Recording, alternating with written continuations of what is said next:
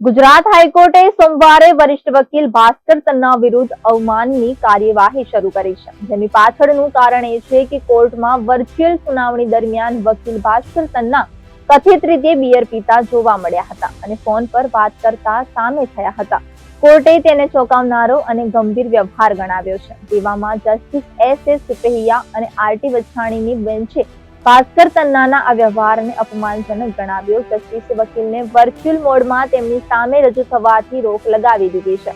હાઈકોર્ટે કહ્યું કે આદેશ ચીફ જસ્ટિસની સામે આવશે. જો મંજૂરી આપવામાં આવે છે તો તેને અન્ય બેન્ચની સામે પણ સર્ક્યુલેટ કરાશે.